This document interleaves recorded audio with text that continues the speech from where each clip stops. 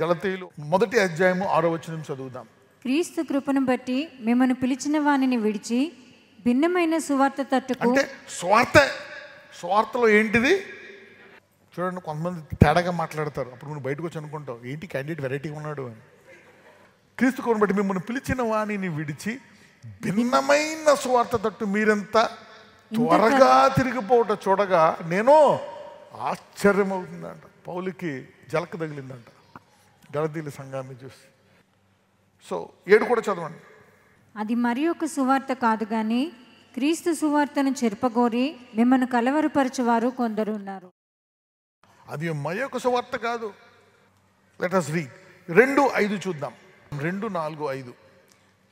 మనలను దాసులుగా చేసుకున్న వలనని క్రీస్తు యేసు వలన మనకు కలిగిన మన స్వాతంత్రమును వేగిచూచుటకు. అంటే ఈ కృపావాక్యము ద్వారా మీకు స్వాతంత్రం ఉంది, మేము దేని కింద బందీలుగా లేము.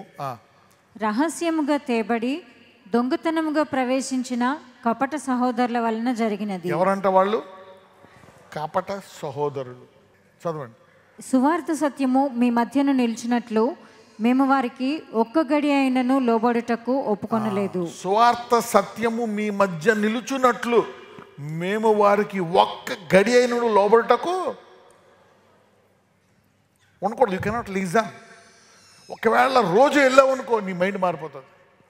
ఆ ఆత్మ వచ్చేసి నువ్వు కూడా ఆ నెగిటివ్ మైండ్ తోటి ఇవి లేవు, ఇవి తప్పు, వాదిలే, ఇదిలాగా అయిపోతుంది అనమాట.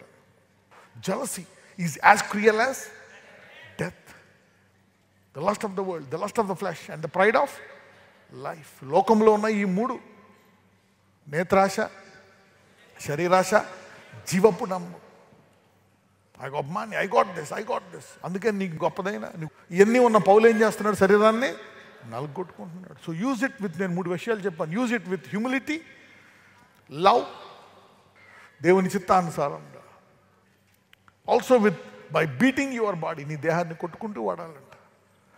Pride will puff up, covetousness will puff up, greed will puff up. So let's go back. యెషయా 12:3. కావున మీరు ఆనందపడి రక్షణాధారములైన బావులలో నుండి నీళ్లు చేదుకొందురు. ఆ దినమున ఇప్పుడు కష్టాల్లో కూడా ఉన్న, కష్టాల్లో మీకు ఏం కావాలా? నిరీక్షణ అనండి. కష్టాల్లో ఆదరించే వాళ్ళు కావాలా? కష్టాల్లో అలవాటు చప్పున అక్కడికి వచ్చేవాళ్ళు కావాలా? అప్పుడు నీకు నీ లోపలే ఉంది కంఫర్ట్. ఇప్పుడు ఎంతమందికి చనిపోదాం అనుకున్నారు, బాధలు పడదాం అనుకున్నారు, దేవుని వాక్యం విన్న తర్వాత బలపడి నేను చనిపోనని చెప్పి విజయవంతంగా జీవించే వాళ్ళు ఎంతమంది ఉన్నారు? మీలో చాలామంది ఉంటారు. అంటే మీలోనే ఉన్నాడు. ఆ దుఃఖములో ఉన్నప్పుడు దుఃఖము ఆ లోపల వాడిని ఆవరించేసి నేను చనిపోతే బాగుండు, ఇంక నా జీవితం వింతే అని ఒక డిప్రెషన్లోకి వెళ్ళిపోతాం నువ్వు. మరి ఆయన విశ్వాసములు అలాగున్న అలవాటు చొప్పున వాక్యం వింటే ఏమవుతుందంట? వెంటనే నిరీక్షణ వచ్చి, నిరీక్షణలోంచి ఆనందం వచ్చి, కావున మీరు ఆనందపడి రక్షణాధారములైన బావులలో నుండి నీళ్లు చేదుకొనుదురు ఆ దినమున. అంటే ఏంటి? నీలో ఏముంది? బావి. ఎప్పుడైతే ఆనందముతో ఉంటావు, అందుకే పరిశుద్ధాత్మ యొక్క ఒక ఫలం ఏంటో తెలుసా? జాయ్. ఈ ఆనందములో ఉంటే ఇంకా ఎక్కువ నీళ్లు చేదుకొని దేవుని పట్ల ఇంకా గొప్పగా తయారవుతావు అంటున్నావు. అందుకే the Holy Spirit will give you joy, not just sadness. జ్ఞానము లేనివాడు జ్ఞానం కలిగిన వాడిని ఏం చేస్తాడు? విమర్శిస్తాడు. So out of joy. అందుకనే దేవుడు ఎప్పుడు నిన్ను కష్టాల్లో ఉండాలని కోరుకోడు, ఎప్పుడు నువ్వు బాధలను కోరుకోడు. అందుకే మొదటి వచనములో అంటాడు, చూడండి ఒకసారి, గో టు నెంబర్ 1, యెషయా 12:1. ఆ దినమున మీరు ఇలాగ అందురు, యెహోవా నీవు నా మీద కోపపడితివి, నీ కోపము చల్లారెను. చూసారా? అందుకే దేవుడు ప్రతిరోజు 24 అవర్స్ అనండి, 24 అవర్స్లో ఎప్పుడైనా రాత్రి 24 అవర్స్ ఉందా? లేదు. ఎందుకు? ప్రతి రాత్రి అంతమైపోయి వెలుగు వస్తుంది. అలాగే నీ జీవితంలో ప్రతి బాధ అంతం చేసి దేవుడు సంతోషాన్ని తీసుకొస్తాడు. ఒకవేళ బాధ వచ్చిందా, మళ్ళా సంతోషం రావాలని, మళ్ళా బాధ రాకుండా నేర్చుకోవాలి నువ్వు. అందుకే మన గురి పరలోకం అంటాం మనం. అవునా? పరలోకంలో చీకటి ఉంటుందా? ఉండదు. యేసుప్రభు ఒక మాట అంటారు ఈ విషయంలో కూడా, యోహానులో 10:11 స్టార్టింగ్లో ఏమంటారంటే, పద బెతనీ వెళ్దాం అంటారు. ఏమంటారు?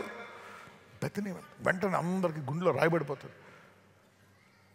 రాళ్ళతో కొట్టి చంపాలని అనుకున్నారు కదా, మనం అప్పుడు పారిపోయాం కదా, మళ్ళీ ఆయన అక్కడ తీసుకెళ్తాడేంటి అంటారు.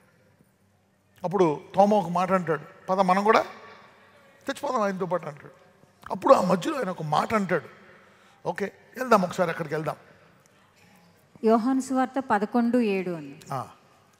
అటుపిమ్మట ఆయన మనము యూదయకు తిరిగి వెళుదామని తన శిష్యులతో చెప్పగా, ఆయన శిష్యులు, బోధకుడా, ఇప్పుడే యూదులు నిన్ను రాళ్లతో కొట్ట చూచుండిరే, అక్కడికి తిరిగి వెళ్ళుదువా అని ఆయనను అడిగిరి. అందుకు యేసు, పగలు 12 గంటలున్నవి కదా, ఒకడు పగటి వేళ నడిచిన ఎడల ఈ లోకపు వెలుగును చూచును కనుక తొట్రుపడడు. ఆగండి, యేసుప్రభు వారు ఏమంటున్నారు అంటే వీళ్ళకి ఎక్స్ప్లెయిన్ చేయడం చెప్తున్నాడు పౌలులాగా. 9 వరాలు ఉన్నాయి, కానీ వరాలు ఎన్ని ఉంటాయి? ఒక రకంగా అలా అవమానపరచడం ఏమవుతుందో తెలుసా? అతని తరములో అద్భుతాలు జరగవు, మీకు తెలియదు. దావీదు నాట్యం ఆడుతుంటే ఎందుకు ఎర్రోళ్ళకి నాట్యం ఆడుతుంది ఆయన భార్య? ఏమైంది ఆయనకు? ఆమె గర్భము పశ్చాత్తాపడాలి. అలాంటి వాళ్ళు నువ్వు ఇతరులకు వెలుగ్గా మారుతావు. You be a blessing to others. Otherwise నీకు తెలియదు, నువ్వు ఒక మాట విమర్శించేస్తావు, కానీ చాలా జాగ్రత్తగా విమర్శించినప్పుడు ఇట్ బ్లాక్స్ యూ సంథింగ్. ఏదో చూసి నీకు ఇష్టం, నీ మనసుకి ఇష్టం లేని ఒక మాట అనేసింది ఆమె. Her womb stopped. కోపంలో కత్తి తీసే చంపడానికి వెళ్ళిపోయాడు ఆశీర్వదించినటువంటి యాకోబుని. యాకోబు మీద ఆశీర్వాదం ఉందా? కత్తి తీసుకొని చెప్పేద్దామని మనసు తలంపు కలిగింది. ఎవరికి? ఏసావుకి. తర్వాత ఏసావు సంతానం ఉందా లేదా? ఒక పురుషుడు కూడా లేడు. You don't know, you eliminate the race. Should be very careful. అందుకే ఏం చేయాలా? పశ్చాత్తాపమనండి, repent. So God will bless you back. అదే చెప్పాడు స్టెఫెన్, పేతురు, వాళ్ళందరూ అంటారు, మీరు ఏసే రక్తం ఆమె దగ్గరికి తీసుకొస్తారా అంటే చెప్తారు, మీరు పశ్చాత్తాపడండి అన్న. వినలేదు, వాళ్ళని కొట్టి చంపేద్దాం అనుకుంటే వాళ్ళు పారిపోయారు. అంతా ఇజ్రాయెల్ ఉందా? ఎన్ని సంవత్సరాలు లేదు మ్యాప్లో? 1900 సంవత్సరాలు లేదు. యెరూషలేములో మందిరము లేదు, యెరూషలేం అనేదే లేదు. రిపెంటెన్స్. పొరపాట్లు చేయొచ్చు, హృదయం కనిపడిపోతుంది, కానీ ఏం పొందాలా? పశ్చాత్తాపం. Repentance will lead you. మీకు అర్థం ఒక్కసారి ఎందుకు బ్లాక్ అయిపోయాయి? 1 Peter 3:7. గుడ్. అటువలనే పురుషులారా, జీవమను కృపావరములో మీ భార్యలు మీతో పాలువారై ఉన్నారని ఎరిగి, ఎక్కువ బలహీనమైన ఘటమని భార్యను సన్మానించి, మీ ప్రార్థనలకు అభ్యంతరము కలుగకుండానట్లు జ్ఞానము చొప్పున వారితో కాపురం చేయుడి. అదే జ్ఞానం అంటే. దేవుడు ఏ చిన్న పని చెప్పినా, పెద్ద పని చెప్పినా యేసయ్య తగ్గించుకున్నాడా లేదా? మనిషి యొక్క శరీరాన్ని పాప శరీరాకారంలోకి వచ్చాడు ఆయన. శిష్యుల కాళ్ళు గడిగి ఏం తీసుకున్నాడు? బట్టతో తుడిచాడు. పాపులాళ్ళు అన్ని నామముల కంటే పై నామం ఇచ్చాడు. ఆయన సింహాసనం మీద కూర్చోబెట్టాడు. ప్రతి మోకాలు వంగాలు, ప్రతి నోరు కన్ఫెస్ చేయాలి. నీవు నీ భర్త పట్ల వినయంగా ఉండి నువ్వు ప్రవర్తిస్తే వినయంగా, ఆ భర్తలో దేవుడు ప్రేమ పెట్టి ఉత్తమమైన పరలోక రాజ్యాన్ని భూమి మీద నీ బిడ్డలను మహాసింహాసనం మీద కూర్చోబెడతాడు. He will lift up your kids. Sarah, ఆమె వినయముతో ఉండి దేవుడు పిలిచిన కార్యం నెరవేరుస్తాడు. ఈయన బలహీనతను బలంగా మారుస్తాడు, నా బలహీనతను మారుస్తాడు. అందుకనే ఆమె బలహీనత ఎందు ఆమెకు బలం వచ్చిందంట. ఆయన బలహీనతను గౌరవించింది. She respected his weakness. She became strong in her weakness. You getting me now? అతను ఒక ప్రవక్త, అతని బలహీనతను హేళన చేసిందా? He's servant of the most high. She saw his anointing. She respected his anointing in the weakness. ఎందుకు దేవుడు దావీదుని ఆశీర్వదించాడు? సౌలు అంత నీచం పని చేసి మర్డర్ చేయడానికి వెళ్ళిపోతున్నా సరే దావీదు అతను గౌరవించాడా లేదా? అభిషేకాన్ని. He's a murderer. చంపేయడానికి వచ్చేస్తున్నాడు సైన్యాన్ని నేర్చుకొని. చిన్న ముక్క కట్ చేస్తాడు, గుడ్డ ముక్క కట్ చేసి, రాజా ఈ ముక్క కట్ చేసినందుకే నా హృదయం నా మీద నేరం మోపుతుందయ్యా, నువ్వు అభిషక్తుడివి, ఎందుకు కుక్కలాంటి నా జీవితం మీద నువ్వు పగబడతావు అని తగ్గించుకుంటాడు. He will not fight against. He respected the anointing when he was a murderer. ఎంతమందికి అర్థమైంది? అందుకే కొన్ని కార్డులు పెట్టుకోవాలని చెప్తున్నానా లేదా? Put some yokes. మీ ప్రార్థనలకు అభ్యంతరము కలగకుండానట్లు ఒళ్ళు దగ్గరెట్టుకొని మీరు కాపురము చేయుడి.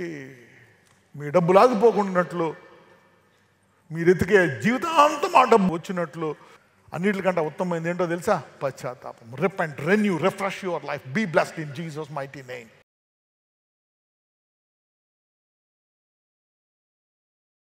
నజరేయుడైన యేసయ్య, ఇప్పుడే ఆ దేహాన్ని ముట్టండి, ఆ గుండె జబ్బును ముట్టి ఆ హార్ట్ వాల్వ్స్ను రిలీజ్ చేయండి నాయన. Release those heart valves.